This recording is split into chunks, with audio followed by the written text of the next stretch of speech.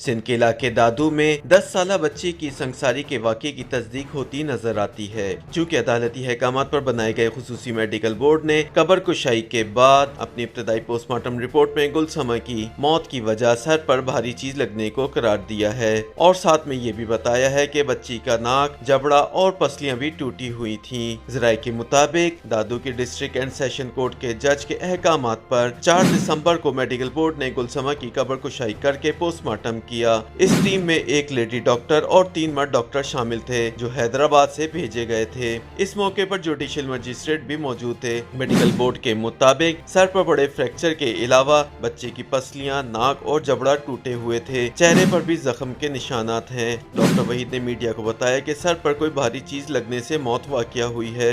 ताहम मज़कूरा जख्मों के अलावा जिस्म के बैरूनी सतह पर जख्म के निशानात नहीं है। उन्होंने कहा कि ये जख्म संगसारी की वजह से है या किसी और चीज से, हम अभी ये नहीं कह सकते। पोस्टमार्टम के दौरान लाश के मुख्तलिफ हिस्सों के अज़्ज़ा लिए गए और DNA के लिए भी नमूने हासिल किए गए। डॉक्टर वहीद के मुताबिक DNA से ये तस्दीक की जाएगी कि जो लाश पोस्टमार्टम के लिए उनके हवाले की गई वो इस बच्ची की है, जबकि ये भी देखा जाएगा कि कोई जिनसी अमल तो नहीं हुआ। डॉक्टरों के बोर्ड ने बच्ची की उम्र का तयन 10 से 12 साल के दरमियान किया और बताया कि पोस्टमार्टम रिपोर्ट 3-4 रोज में जारी कर दी जाएगी, जबकि DNA में 10 से 15 रोज लग सकते हैं। याद है कि सिंध के इलाके वाहीपांदी के थाने में सरकार की मुद्दत में बच्ची के कत्ल का मुकदमा दर्ज किया गया था, जिसमें कहा गया है कि 22 नवंबर को गुलसमा को बच्चे के वालिद अली बख्श ने अपने रिश्तेदार अली नवाज समेत 4 अफराद के हमरा मंसूबा बंदी करके 10 साला गुलसमा को पत्थर मार कर बेदर्दी से संगसार कर दिया था, जिसके बाद पुलिस ने गुलसमा के कत्ल का मुकदमा दायर करके